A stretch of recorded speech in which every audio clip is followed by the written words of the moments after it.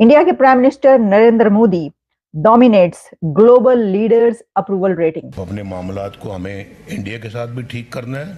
Former Pakistan Prime Minister Nawaz Sharif stressed the need to improve relationships with the country's neighbor. इस वक्त मेरे सामने एक ranking है जिसको करवाया है मॉर्निंग कंसल्ट ने, और इस रैंकिंग में ये बताया गया है कि भारत के वजीर आजम मोदी दुनिया के नंबर 1 पॉपुलर लीडर हैं। और भारत के साथ भी हालात ठीक करने हैं। और 2 मरतबा उन्होंने कहा जनाब। नवाज शरीफ ने सवाल किया कि क्या उन्हें 99 में इसलिए निकाला कि कारगिल जंग छेड़ने का सवाल किया था। उन्होंने जिक्र किया कि उनके साथ टर्म्स को बेहतर करना चाहेंगे और जो ताल्लुकात खराब हुए थे उनका ये भी कहना है कि जी पहले भी मैं ठीक करने जा रहा था लेकिन कारगिल कर दिया। तो पीएम मोदी की रेटिंग है 76%। क्या वाकई में अगर नवाज शरीफ साहब वापस आते हैं तो वो भारत से बात करेंगे, और क्या भारत जो है वो बात करेगा, यदि कि जो वहाँ की गवर्नमेंट है इस वक्त आप देख ही रहे हैं कि पीएम मोदी जो है वो बहुत आगे की तरफ जा रहे हैं। दुनिया के best leader, the best leader of the world का खिताब दिया है नरेंद्र मोदी को। क्या कहना चाहेंगे? दुनिया के बड़े बड़ी कंट्रीज हैं, उनको भी तो दे सकती थी, तो नरेंद्र मोदी को ही क्यों टॉप लिस्ट पर रखा? तरक्की कर रहा है तो वजह क्या है? वजह है इंटरनल पॉलिटिकल स्टेबिलिटी। वजह ये है कि they are on a track. उन्होंने अपने सिस्टम को डिस्टर्ब नहीं किया जैसे हमने किया। बहुत शुक्रिया मैडम। देखें ये जो बात है ना कि आप नेबर्स के साथ लड़ के तरक्की नहीं कर सकते, मैं इस आर्गूमेंट से एग्री नहीं करता, क्योंकि इंडिया तो पाकिस्तान से भी लड़ा हुआ लेकिन तरक्की कर रहा है। इंडिया जो है उसके चाइना के साथ भी टर्म्स अच्छे नहीं है, तरक्की कर रहा है। तो वजह क्या है? वजह है इंटरनल पॉलिटिकल स्टेबिलिटी। वजह ये है कि they are on a track. उन्होंने अपने सिस्टम को डिस्टर्ब नहीं किया जैसे हमने किया। उन्होंने जो निज़ाम चल रहा था उस निज़ाम को रोका नहीं कभी, जैसे भी चल रहा था। इसका मतलब यह है कि आप लड़ के भी तरक्की कर सकते हैं, ठीक है, लेकिन फॉर दैट मैटर आपकी इंटरनल स्टेबिलिटी होनी चाहिए, लीडरशिप पे ट्रस्ट होना चाहिए, लीडरशिप की क्रेडिबिलिटी होनी चाहिए। लीडरशिप ये नहीं पता होगा जी लीडरशिप जो है वो कहीं और से आ रही है और आपको वोट तो मिला लेकिन आप जो है वो पंजाबी कहते हैं ना, फड़े तड़े के वजीर आजम। अगर फड़े तड़े के वजीर आजम है तो फिर तो जारी बात है मसला रहेगा। लेकिन अगर आप एक जेन्युइन इलेक्टेड हैं तो इंडिया ने ये बता दिया है कि पाकिस्तान से बॉर्डर बंद करके भी तरक्की हो सकती है।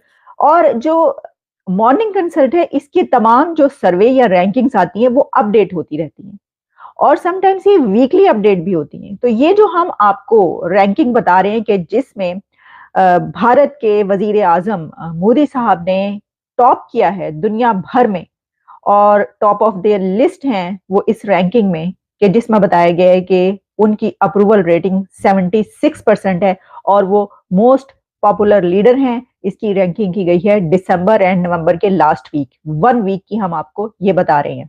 तो ये समझ लीजिए कि लेटेस्ट रैंकिंग जो है ये हम आपको बता रहे हैं। इससे पहले भी कई एक रैंकिंग्स आती रही हैं, अगर आपको याद हो उसमें भी देखिए, ये तो वो कहते हैं ना कि पाकिस्तान की सियासत में ना बिकने वाला ना झुकने वाला, तो अब दुनिया ये कह रही है मोदी ना बिकने वाला ना झुकने वाला। और ये किसने कहा? अभी किसने कहा ये आप जानते हैं? अभी कहा है प्रेसिडेंट पुतिन साहब ने। पुतिन ने क्या कहा? उन्होंने कहा कि ना तो उनको झुकाया जा सका, ना अपने साथ मिलाया जा सका, और ना ही उनको डराया जा सका। जय हिंद दोस्तों। तो जैसा कि पाकिस्तानी मीडिया चर्चा कर रहा है नवाज शरीफ के बारे में, नवाज शरीफ ने कहा है कि भारत तरक्की करना चाहता है। अभी भी इनको लग रहा है कि चाहता है, भारत तरक्की इनको दिख नहीं रही है। भारत तरक्की करना चाहता है तो अपने पड़ोसियों के साथ संबंध अगर ख़राब रहेंगे, नेबर कंट्रीज़ के साथ, तो भारत तरक्की कैसे करेगा? बताइए। अब कोई बड़ी बात नहीं है, इनकी मानसिकता ऐसी है, उतना ही आईक्यू लेवल है। एक छोटे बच्चे से आप कहोगे भाई इंग्लिश पढ़ दे, जिसने कभी ABCD ना पढ़ी हो उसे इतनी समझ नहीं होती, समझ का थोड़ा मैटर करता है। दूसरी बात इन्होंने कही है कि हम भारत से बातचीत करना चाहते हैं। पहली बात तो ये, आपसे बातचीत करना कौन चाहता है?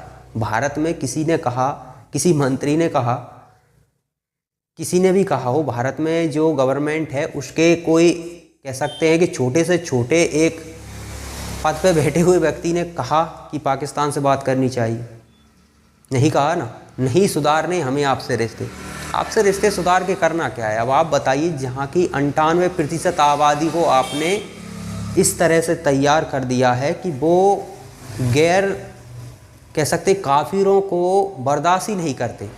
1-2% काफिर बचे हैं पूरे पाकिस्तान में, मुश्किल से 2-3 साल में वो भी क्लीन सफाई हो जाएगी उनकी भी, मुश्किल से 2-3 साल लगने वाले हैं। दुनिया में ह्यूमन राइट्स का ढिंढोरा पीटने वाले सब देख रहे हैं, सब शांत हैं।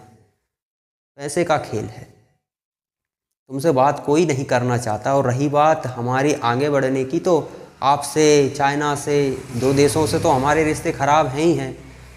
जापान है, बांग्लादेश है, श्रीलंका है, इनको तो हम मदद देते हैं, कई बिलियन डॉलर की मदद देते हैं इनको, हमारे पड़ोसी हैं। हमारी पीठ में छुरा भी घोंपते हैं, कब चीन की गोद में जाकर बैठ जाते हैं कोई पता नहीं है, कभी भी बैठ जाते हैं।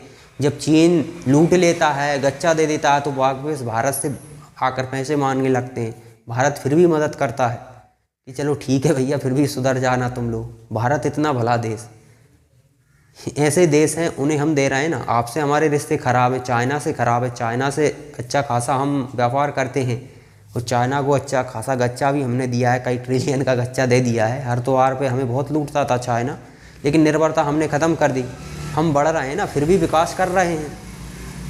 आप विकास क्यों नहीं कर रहे? आपके रिश्ते तो सबसे बेहतर होंगे, अकेले भारत से ही ख़राब हैं आपके, तो भारत और कह सकते हैं इजराइल से ख़राब है, जिससे कोई लेना देना ही नहीं है। इतनी दूर है इजराइल कि किसी ने मैप में भी नहीं देखा होगा पाकिस्तानी ने इजराइल, लेकिन इजराइल से नफरत अलग ही लेवल पर इन लोगों को मिलेगी। फिर भी आप विकास नहीं कर रहे हो। सिर्फ 2 ही देश हैं आपके, बाकी तो सब आप ही के देश हैं, आप ही के भाई बंद हैं।